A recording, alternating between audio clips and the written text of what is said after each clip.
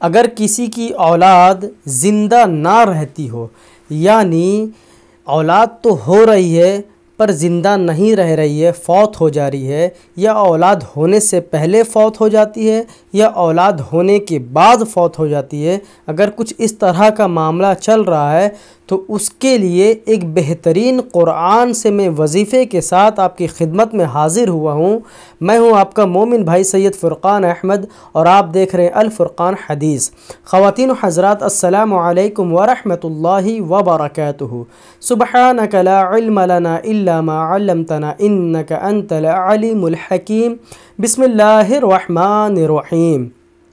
کافی گھروں میں یہ معاملہ چل رہا ہے، اور کئی لوگوں نے ہم سے رابطہ بھی کیا اس بارے میں کہ گھروں میں جو ہے اولاد زندہ نہ رہتی ہے، یعنی پہلی اولاد ہوئی وہ بھی فوت ہو گئی، دوسری ہوئی وہ بھی فوت ہو گئی، تیسری ہوئی وہ بھی فوت ہو گئی، یا کئی جگہ پہ یہ بھی معاملہ ہے کہ اولاد ہونے سے پہلے فوت ہو جاتی ہے اور پھر اولاد ہونے کے بعد بھی فوت ہو جاتی ہے، یعنی اولاد کا زندہ نہ رہنا، یعنی اولاد تو ہو رہی ہے پر زندہ نہ رہ رہی ہے۔ اس کے پیچھے کیا راز ہے، کیا معاملہ ہے، اس کو جاننا بہت ضروری ہے۔ ہر چیز دوا یا ڈاکٹر کو وغیرہ سے نہیں ہوتا، بلکہ ہمارے پاس تو ایک بہترین چیز اللہ نے دی ہے جو قرآن کی شکل میں ہے۔ اگر اس سے ہم مدد لیں تو ہر طرح کے مرض سے، ہر طرح کی پریشانی سے ہماری جو ہے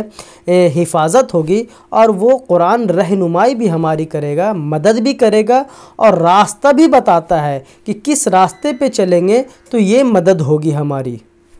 ہمیں چاہیے کہ قرآن سے مدد لیں۔ قرآن سے مدد لیں گے تو قرآن ہماری رہنمائی بھی کرے گا، راستہ بھی بتائے گا کہ آپ کو کس راستے پہ بہتر مدد حاصل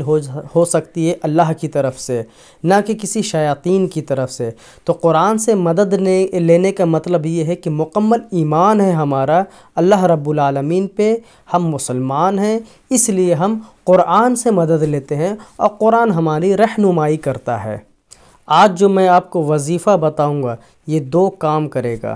ایک کام یہ کرے گا کہ اولاد کو بحفاظت زندہ رکھنا، یعنی کہ اس کو ایک طویل، ایک لمبی عمر عطا کرنا، یعنی کہ یہ تو کام رب العالمین کا ہے اور یہ وظیفہ بھی اسی کے قرآن کا ہے، تو ظاہر سی بات ہے کہ یہ اللہ تعالیٰ اس کا کام کا ذمہ لے لے گا۔ دوسرا یہ کام کرے گا یہ وظیفہ کہ اگر کسی کی اولاد مصیبت میں مبتلا ہے، یعنی زیادہ مصیبت میں مبتلا ہے، زیادہ تر مصیبت میں مبتلا رہتی ہے، تو اس کو مصیبت سے نجات دلانے میں بھی یہ وظیفہ بہترین ثابت ہے۔ اب اگر کسی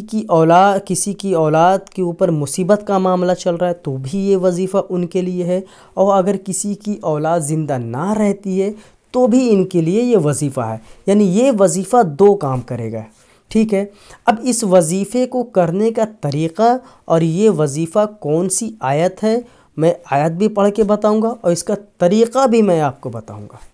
اس وظیفے کو، اس آیت کو جن کے پاس یہ معاملہ ہے، یہ مصیبت ہے کہ ان کے ہاں اولاد زندہ نہ رہتی ہے، تو ان کا طریقہ الگ ہے اس وظیفے کو کرنے کا، اور جن کی اولاد کے اوپر مصیبتوں کا پہاڑ، مصیبت میں مبتلا، مصیبتوں میں گھرا رہتا ہے اگر کسی کا اولاد، تو اس کے لیے ایک الگ طریقہ ہے۔ آیت ایک ہی ہے مگر طریقہ دونوں کے الگ ہیں۔ تو پہلا میں طریقہ بتاؤں گا جن کے ہاں اولاد زندہ نہ رہتی ہے، یعنی زندہ ہوتے فوت ہو جاتی ہے یا پیدا ہونے سے پہلے ہی پیٹ میں ہی فوت ہو جاتی ہے، اس طرح کا جن کے اوپر معاملہ ہے، جن کے ساتھ معاملہ ہے، تو ان کا طریقہ میں ابھی بتا رہا ہوں کہ یہ آیت ہے اعوذ باللہ من الشیطان الرجیم بسم اللہ الرحمن الرحیم وَنَجَّيْنَاهُ وَأَهْلَهُ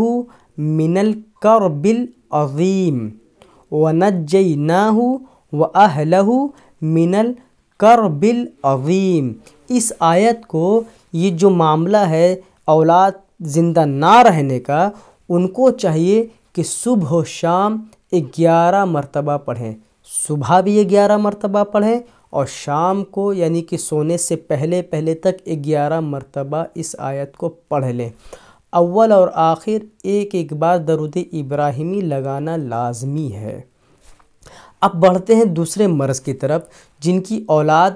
ہمیشہ برابر مصیبتوں میں مبتلا رہتی ہے۔ ان کو چاہیے کہ اس آیت کو اعوذ باللہ من الشیطان الرجیم بسم اللہ الرحمن الرحیم وَنَجَّيْنَاهُ وَأَهْلَهُ مِنَ الْكَرْبِ الْعَظِيمِ، اس آیت کو لکھ لیں۔ انشاءاللہ میری اسکرین پہ یہ آیت دکھے گی تو اس کو جو ہے نقش اس کا اتار لیں، اس کو لکھ لیں، لکھ کر کے کسی بھی قلم سے یا زعفران وغیرہ سے کسی سادے پنے پہ اس کو لکھ لیں، لکھ کر کے اس کو فولڈ کر لیں، فولڈ کر کے کالے کپڑے میں اس کو جو ہے مڑھ کے ایک تعویذ کی شکل میں بنا کر کے اپنے سیدھے ہاتھ کی طرف باندھ لینا ہے۔ یعنی اس کو باندھنا ہے جو ہمیشہ مصیبت یہ پریشانی میں مبتلا رہتا ہے۔ اس لڑکے کو اگر کوئی گارجین اس ویڈیو کو دیکھ رہے ہیں تو وہ اپنی اولاد کے سیدھے ہاتھ میں باندھ دیں اور اس آیت کو یاد بھی کرا دیں۔